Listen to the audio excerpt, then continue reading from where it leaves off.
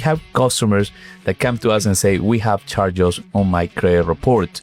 How does that affect me? Charge-offs dependent on which program you're going.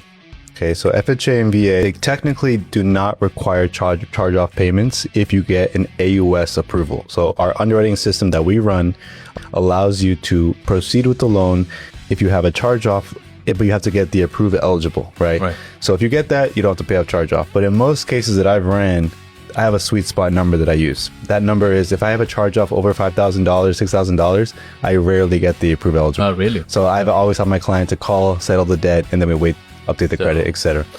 Conventional, the same thing. However, it's hit or miss. I've had different scenarios where I have got the approved eligible, we're good to go. And I've had scenarios where it's gave me a hard stop and I had to add $30,000, $40,000 in reserves just to get the deal through. So charge-offs can be accepted, but it's just based on credit profile, overall transaction profile.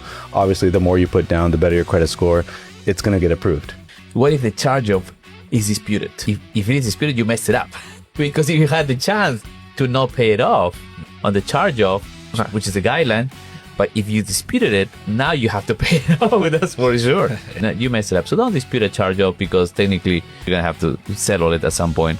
But guideline says that, charge-off do not need to be paid off regardless. We prefer that you actually have a clean credit report. We also, for example, I see some companies that put you in charge-off that are reporting you late, right? So whenever I see that, I say just pay it off. Or just settle it, because those late payments are going to keep affecting you. Then another thing I noticed is that when you pay a charge-off, your score go up super high. So that's another thing that I realized with charge-offs. It's definitely something to keep in mind about charge-offs. You got to be careful. You guys might know this better than me, but for medical bills, those are treated a little differently too, right? Right. A note on the disputes or charge-offs or whatever on the credit report. When we're talking like medical bills, is it different? It's treated differently, correct? Medical collections don't have to be paid off. Okay. However, we got to be careful because, when you have a collection, if they're reporting you, your score will drop, of course. But yeah, technically, if you see a medical collection on the credit report, you don't have to be paying it off. And is there a certain amount that you can charge, can be on the collections for the medical bills? So it doesn't matter. It could be $15,000, $20,000. You don't have to pay it off. Again, if they're reporting you late, for example, then you have to pay it off. Okay. Careful with that.